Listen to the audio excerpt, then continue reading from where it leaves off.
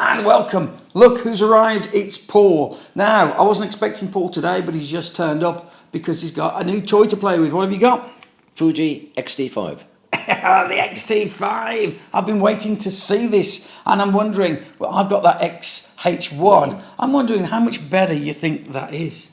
It is better. It is? Right. Okay, what lens have you got on? It is the Viltrox 13 1.4. Oh, the Viltrox lens that we looked at not that long ago. Well, I think we should go out with this Fuji and the new sensor. You didn't go for the X-H2? No, I thought about it, but I prefer the X-T5. Why? What was your reasoning for that? Well, the X-H2 is set up as much for video as stills, and I don't. Yeah, 8K video. I stills only. Okay, so you don't do any video, so you thought this was... X-T5 was like my old Nikons with the dials on top. Okay, so it's those dials that sold it for you. Yeah. Okay, right, but we think it's sharper.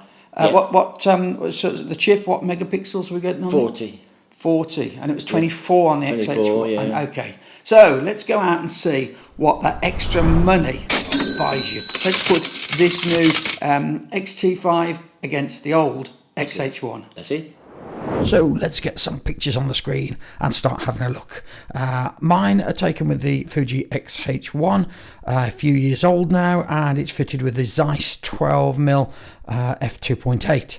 Paul is using that Viltrox 30mm f1.4. Now, can you tell the difference? Well, yes, you can. These are very different pictures. That one has got a lot more color saturation. Look on the left hand side, which is which. Let's pixel peep. Look at that. That's interesting. Let's put the other one up. Wow, a lot more information there. In fact, look at that fingerprint there. It's picking up. Wow, put them side by side, flick them, and they're really different pictures. So is it obvious which one is which? Well, actually, this is a bit of a strange one. I suppose I shouldn't really have started with such a high contrast image, because actually the X-T5 is on the left. That's Paul's X-T5 picture. That's the X-H1 on the right. Look, let's go out into the garden. That's not a fair start. Let's go and do some more traditional pictures in the garden that we're used to seeing. Now, this, for me, speaks volumes. I know which this is straight away. And what's giving it away for me, in particular, are the tones in here, look. And also, in that background over here, look at how the sensor has handled this. Looks like a full-size sensor to me. This doesn't look like an APS sensor, so I'm thinking that you know what I think it is straight away. Let's have a look at the other image. And yes, that confirms my suspicion. Look at that area over here. That's an APS sensor look to me. It's got that high contrast look. Yes, it's sharp, but I don't think it has the same tonal range. I don't think it has the same, HDR. It's not giving as many tones, and it has got that APS-C sensor kind of bokeh, that out of focus area that just isn't the same as on a full frame camera. But the other one, well, that was fooling me into thinking it was full frame. Let's get these on the screen at the same time to see if we can make sense of my garbled reaction. Look there, look at the top one, look at the tones in those flowers. The bottom one just doesn't have that same tonal range for me. So yes, you guessed it, that top one, that's the X-T5. Right, now into another inside picture, a little bit more contrast again, natural light, and can you see what I mean? There's one of these pictures that screams APS sensor. The other one looks a lot more full frame. Look at the tones on the left. Yeah, that's the X-T5. And look at the tones in this area here. Over here, it looks sharp because it's got that extra punch, but it hasn't got the tones. I don't think you're going to have to recover half as much from this one on the right as the one on the left. Right, back out into the garden. And again, this is one that it's got quite high contrast. Look at that shadow area down there. Look at the sort of is that weed or algae or something in the pond? Yes, very sharp. Really nice how it's picked up the flower there coming into bud. Let's have a look at the other picture. Yeah, okay, so that was taken from slightly further back, but you can tell. Look at the shadow area again. Look at that algae on the pond. There's no way that that this is the smaller sensor. Well, actually, they're both the same size sensor, aren't they? What am I talking about? But the new camera, the one with more information, it's giving you more tones, it's giving you more detail, it's giving you more high dynamic range. It's vastly superior in what it's picking up. Yeah, this is the X-T5. Onto a book picture of some books inside on a bookshelf. Now, again, I'm getting the same thing coming over and over again. One of these is high contrast. The other one has loads of detail. Loads of detail. The one at the bottom, look, that's got to be the new X-T5. The X-H1 has to be at the top. Look, with a high punchy contrast. Yeah, it's sharp, of course it is. But for me, you're getting all that extra detail in the new chip from the bottom. Loads more detail. So that's what you're paying for. That's what you're getting for your money. Thing is, what you've got to decide is it worth it? You know, this camera is going to be a lot more money than buying an X-H1 on the second-hand market. So are you getting more for your money? So which is this? Is this the X-H1 or is it the X-T5, the new X-T5? There's an awful lot of detail in the middle of that flower for me. Let's look at the next picture. Yeah, I know straight away.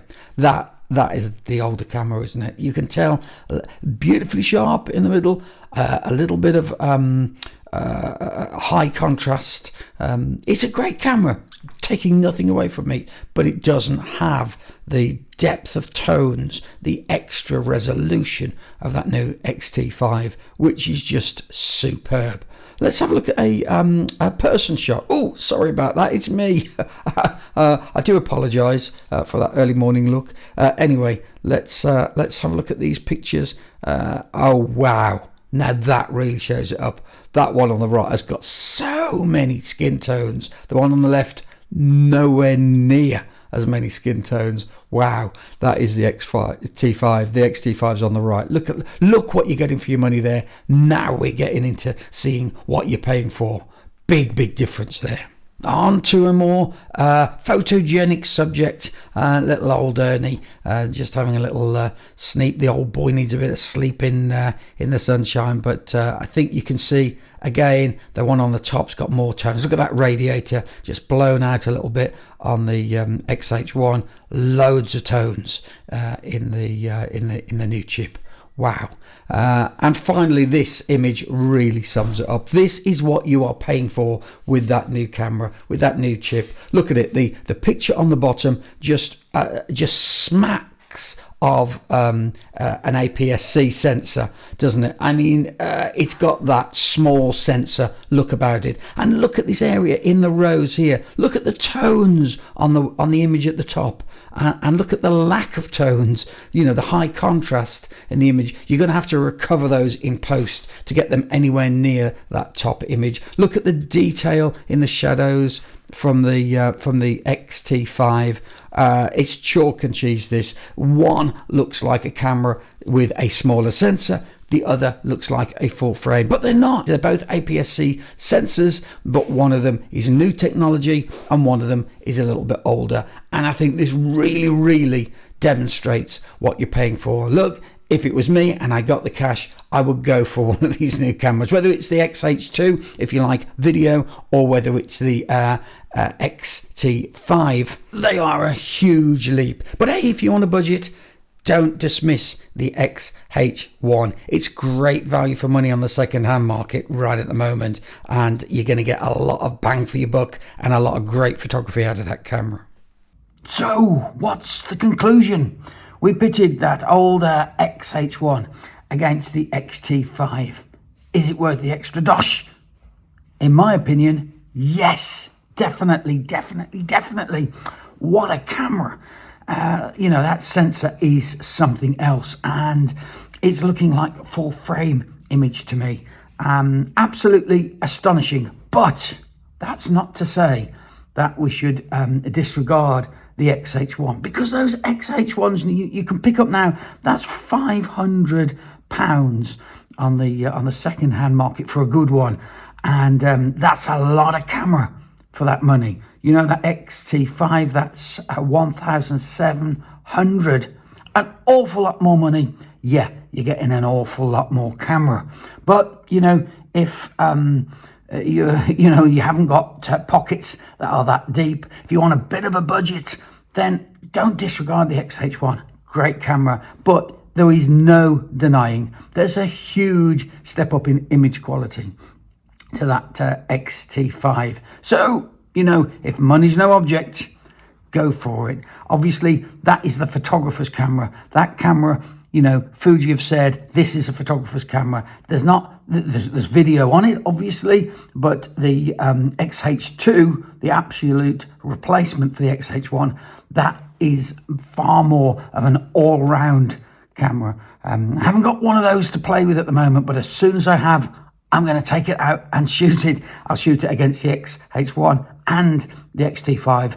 We'll see what we think. But in the meantime, hey, that was good fun.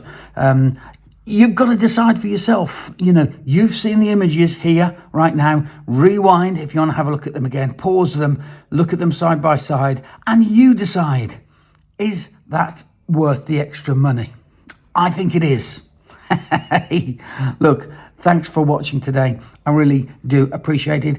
Look, I don't do these videos for the likes, but I'm trying to build the channel, and likes make an awful lot of difference. So if you could just take 1 second to hit the like button, it would be really, really appreciated.